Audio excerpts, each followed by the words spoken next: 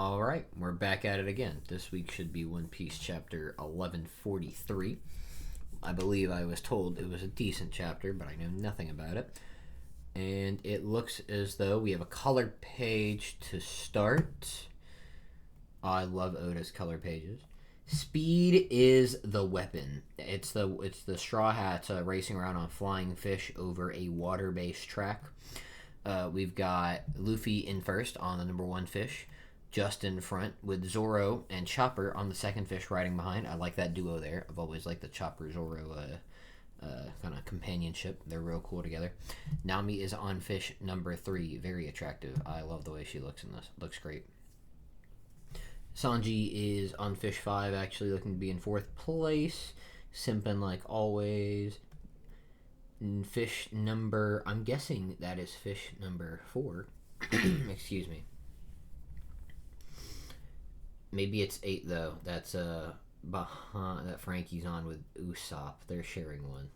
And then Brooke and Robin are on fish 7. And then Jinbei's in the water, which is pretty lit because he's like, yeah, guys, I'm not going to fly on a fish. I'm just going to swim in the water beneath you guys. He does seem to be sitting in last, though. I'm wondering if Jinbei picked a number. So we see 1, 2, 3, 5. I'm guessing they're on fish 4 back there that's getting covered. And then there's 7, but that wouldn't... Either way, we're not using all the numbers, you know what I mean? Excuse me. Looks really cool, though. I love Oda's color pages. At the moment, I have a note pending, so I can't see what Oda's note is. We'll have to wait and hear about that later. We are cutting back into the chapter for quick reference. Last chapter ended with all the dreams, or nightmares rather, of a bunch of the kids and stuff, or at least that's what we understand it is, coming to life, probably due to the power of Quillingham, or Quillingham, or Quillingham, whatever his name is. I'm thinking it's his power that's doing it. I'm interested in seeing the power of Saint Summers, and we believe, and we know that, Arrow Girl is what I'm calling her right now, because I can't think of her name. She uses the arrow she's arrow powers. So let's kind of get into it and see what we got. So at the moment we start by seeing what looks like Saul maybe running up to some of the kids to check on them. A sneaky move by the God's Knights. What's happening to the kids? Says the narration. Y'all, wait, stop, says Saul. Yova, Magu, Ronja, they really are sleepwalking. Huff, huff.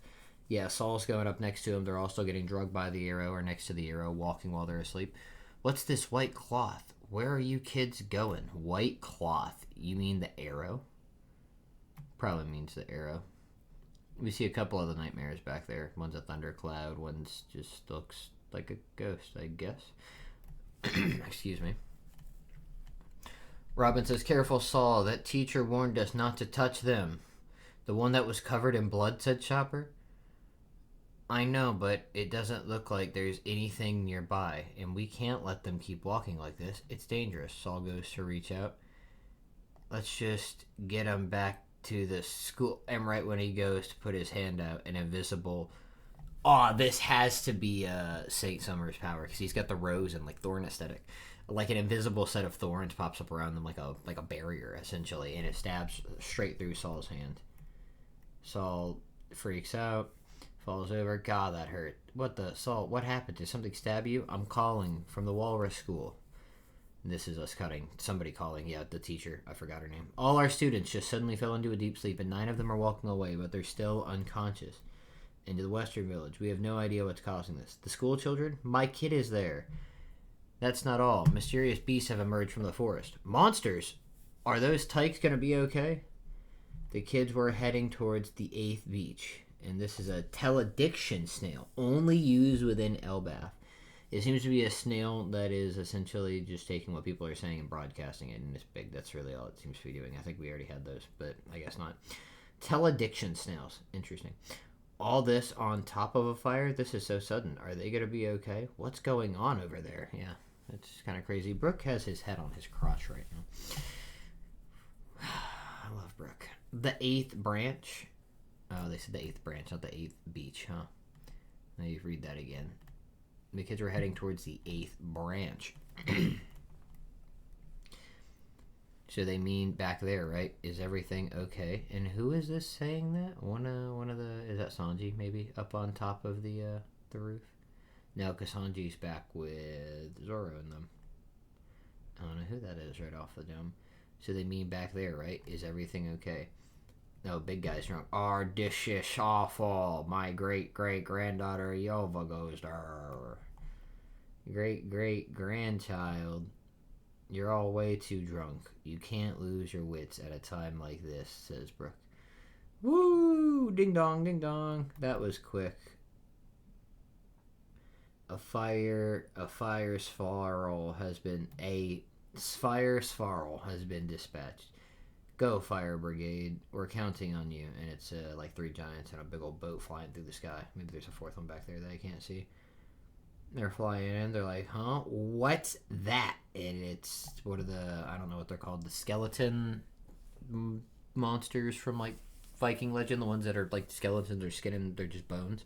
And they keep coming back over and over again in Norse mythology. I can't think of what they're called. He goes, what? And it's humongous. And he just, this thing just smacks them. It's like a skeleton warrior. Just smacks them down out of the sky. And then the other giants all see it. And they're like, what? St. Summers is who we're cutting to now. Yeah, ha ha ha. Did you see that? The look on that giant's face when the thorns got him? Talk about priceless. What was that expression again? Love is both roses and thorns, right? Beats me. Click. You're such a stick in the mud, Gunko. That's right, Gunko. The more love you have, the deeper passions thorns take hold. It'll be even better when their folks show up, right? I love this game. Oh, that's not good. So the more love you have for the person that it's on, the stronger and more powerful the thorns are going to be. So the parents are going to get really hurt if they try to do anything. So a complete stranger would be most effective. If they try to hug their kids, the thorns will rip them to pieces. The brats won't even want to look at them after that. They'll be bawling themselves when they realize their folks died right in front of them. Excuse me. And then it says, even murder can be moving as he shows the thorns on his arm. St. Summers, thorn fruit, a briar man. That's a little lame to call him a thorn person instead of, I think he should have been a rose person. But that's just me and my Yu Yu Hakusho Kurama love, I guess. But that's cool. The briar human. I can get behind that.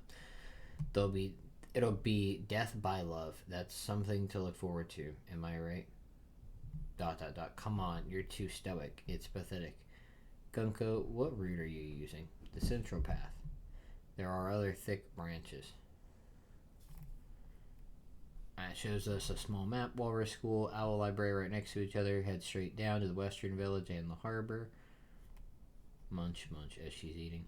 But making them go that way will get them to the ocean's clouds I saw by the village. To be in the center is to be vulnerable. That's a harsh reality to face, especially when you're too helpless to move. Summers, this needs salt. Salt.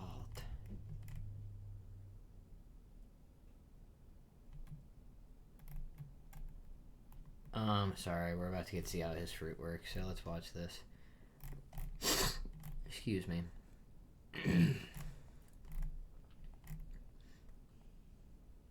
Summers, this needs salt. So he goes, salt. And then he thinks about salt, and then Quillingham hits him with a beam, puts him to sleep, reaches into his thoughts, and pulls out salt.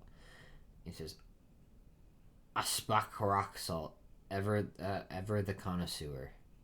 St. Quillingham, mythical dragon fruit. This is what I told my brother he must have had was another mythical devil fruit, mythical zone. Model Quillen, a dream materializing man. That's a powerful fruit. You think more powerful than thorns for sure. You can wake up now. That's the ability you used to pull those stream demons out of the brats' heads, right? Of course, I can use it multiple times simultaneously. This salt is perfect. I agree. That ship docked at the village is meant for giants, but we should be able to make our own rainbows with a painter. It's delicious. What a peculiar culture. So when we've done that, we just return to the Holy Land and... What? That's it? This game's way too easy. I'm stuffed. Hey, is this 0 calories? What kind of stupid question is that? I think that was Gunko. Well, it was a dream meal, ha ha ha. So, of course, it's calorie free. Oh, he pulled that all out of their dreams? Nice. Summers, don't let your guard down.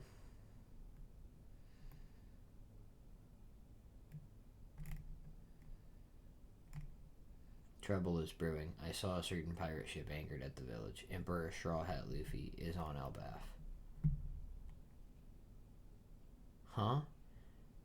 Aren't the kids heading straight for the fire? It spread faster than I expected, but no matter. If they die, we'll just have the next batch march over. Loki, you no good. Go ahead and try something, Harudine. Doga ha ha ha ha ha ha. There's no way you can stop me, Huff. None of you can even lift Ragnar or Ragnir. We can't let you turn anyone else in the Sun Realm into a victim. Oh, there will be victims. The flames are already spreading. Now choose. Surrender your weapons and let me go. Or... Hey, what's the deal with this monstrous giant? He's injured. If we don't help, he'll... Will you let everyone die? I'll slaughter every last weakling in the Sun Realm. If you don't answer. Wait, we get it, says Harudine. He grins. Don't fall for it, Harudine. Roronoa Zoro. I guess there's no choice. I promised if you did anything, I'll drop you. Wait, Straw Hat. He'll zap you if you get near. I see. So that's your answer. There's no turning back from a crime like this. Just stop, Loki. Think of the children. Luffy, are you gonna let him off easy? His wounds are about to open up again anyway. Gum Gum. Damn, I guess I lose this round. Arm Balloon. Just punches him. Wow. And he goes down. Pretty much like nothing. He was already at death's door. Just standing was taking all the strength he could muster. It was a nice try. He probably planned on finding somewhere to pass out safely after he escaped. I doubt he'd have made it given the blood loss. Now, it's up to you whether you want to treat him or let him croak. I have unfinished business with him, but he was covered in blood. It certainly looks like someone tried to kill him, and that's a separate issue from his prior crimes. It's just a hunch, but could it be? Harudine, I have a request. Please save his life. I don't care what kind of person he is. I just cannot watch him die. I can't just watch him die. Harudine's thinking. How long for a full recovery? Several months at least. If we're serious about treating these wounds, he shouldn't be sleeping in a place like this. They won't be so forgiving at the village. It'll be a one-way ticket to execution. I don't mind staying here. Their hatred really runs deep, but I guess we are talking about unforgivable garbage. I think that was, I don't know if that was him saying I don't mind staying here. I think it was. Wow, those horns are the real deal. It's the mark of the ancient giants. Our father, Harald, was the same. You are both my precious sons. I want you to get along when I'm gone, and do what you can to support Elbaf. How can I call such a weak runt my big brother? You're just a bastard. You'll never be Dad's true heir. Wow, dude, he was fucking laced up with the coverings on his eyes as a kid. I wonder if his fruit has something to do with that. Harudine, everyone knows your mom's got dirty blood. And Harudine's sitting there. Oh, hold it. Calm down, Harudine. There's no way I can ever forgive him. He insulted my mother and killed our father. Do it already. This weeping warrior thing has gotten old. You're so drunk on all this personal drama, you can't even see the forest for the trees. Don't tell me you're really like the rest, thinking I actually killed our father in cold blood. You don't really buy it, do you? Harudine kind of confused. What's Loki saying? One Piece chapter 1143. And well, this is what we've been figuring for a while, is that Loki's getting treated like he's a bad guy, but he's really not. Clearly he is a stuck up, cocky piece of shit with how he's treating Haradine. And clearly, based on how he's treated other people, for so many people to think that he's a scumbag, there's no way everybody just thinks he's a scumbag for no reason. He's clearly done something publicly, at least one or many things that make him look bad. So, I mean, this is a good chapter. I like this. We're gonna start to get some Loki backstory with Haradine and the whole thing with Harald, with King Harald. It will get maybe a bit of character growth out of Haradine. Problem is, I think this is moving too fast, the development between them, in terms of, like, we're going to need to see more of Loki treating them like shit and treating people like shit, kind of like a Odin level. Maybe smaller, but backstory for, like, Haradine and Loki and Elbaf.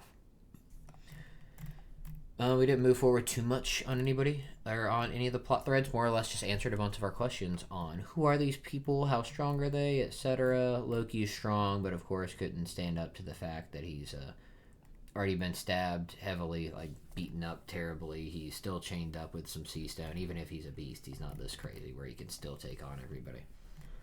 Of course, Luffy's got to let him live and heal him. We got to find out about how Quillingham and Summer's fruits work and what they are. Gunko's very cute in this chapter. I'd like to believe that Quillingham's fruit could be extremely broken, but we'll see. I think it's kind of situational too, though. So we have a Briar Man and a Dream Materializing Man who's a dragon. Interesting. Overall, though, yeah, good chapter for sure. I'm intrigued with seeing how things go. Based on what he's saying, the more you care about the person that's trapped in that thorn trap, the more it's going to damage you when you try to save them. It's really messed up. But that means for people like Luffy and the Straw Hats, who are good people and genuinely care, right, about the world. If it's specific care for the unit, I don't know if it's like for the person, then they should be fine, right? But then that would mean the bleeding heart people who are really kind cannot be the ones saving people, and it needs to be more of the cold, sterner people who are going to be saving them or able to do much about it, or who it won't be as effective against. So, it's interesting. I gotta say, it was a good chapter for sure. It's good getting to see Saul alive and do stuff with Robin and interact with people. The back at the banquet, Nami's chilling, still hot as hell in her outfit. Jinbei's big chilling. Brooks drunk as hell, putting his fucking head on his crotch. I like the drunk talk at the banquet. Yeah, we got the fruit reveals. We got a little map taking us to where they're going. Gunko warning them about Luffy. Yeah, and then some movement on the whole Loki Haradine situation. More hearing about how he's an ancient giant, or how rather that's a mark of them, and that we're probably going to ask her, make a point that, so Kaido then was an ancient giant then too, huh? And they're going to be like, yeah, Kaido was of ancient giant blood. Yeah, that's why he had horns and why he was so dang big. But then we might ask about Big Mom, and I think Big Mom is either a good representation of an ancient giant without horns, so I don't think that makes sense, because I think if you're getting the traits of them, you get the horns too. Or more likely, a buccaneer. Maybe multiple buccaneers. Could be. But yeah, good chapter for sure. We'll have to see how the next one goes. 1144 should be out next week. I'm reading this a day after it came out for me. I'm reading it on Saturday the 22nd. I believe it dropped sometime late Thursday night or Friday morning or Friday afternoon sometime, but I didn't get any time to read it yesterday. But yeah, overall, really good chapter. Definitely enjoyed it. I will be looking forward to reading the next one. And so, it's really all my thoughts. I'm assuming we're going to move forward on the same thought or the same plot points that we had this chapter, right? We're probably going to move forward on some of the Loki Haradine backstory. We're probably going to see more of the kids and them heading towards the fire, what's going on there. I mean, that's really all that's going on. Now, the people for the banquet are probably going to go help out and try to deal with that. So the banquet people are going to move towards the school and the children. So we're going to start reuniting more of the Straw Hat groups. We might cut to Frankie in that group and see what they're doing. And then I guess the Luffy and them from the lower realm after doing some more exposition, telling us more backstory or stuff like that. And maybe world building on like the ancient giants, blood, and how and all that works. We'll probably move them forward, and they'll probably go back up here about it. And also go to try to save the kids and or fight the Gods Knights. So, We'll see. It's gonna start moving forward. Hopefully by 1150, that's 7 chapters. We'll get to see an official clash between one of our strong Straw Hats, like one of our real boys, and a God's Knight. That'll be really cool. But, anyways, on that note, I'm gonna leave it there. I hope everybody's had a good week, or two actually. I think we've had 2 weeks since the last chapter. I hope everybody has a good week to come, and hope everybody has a great day. Go hug your family, tell them you love them, spend some time with your pets or your people, but enjoy yourself. Have a good day, guys, and I'll be around again next week. Later.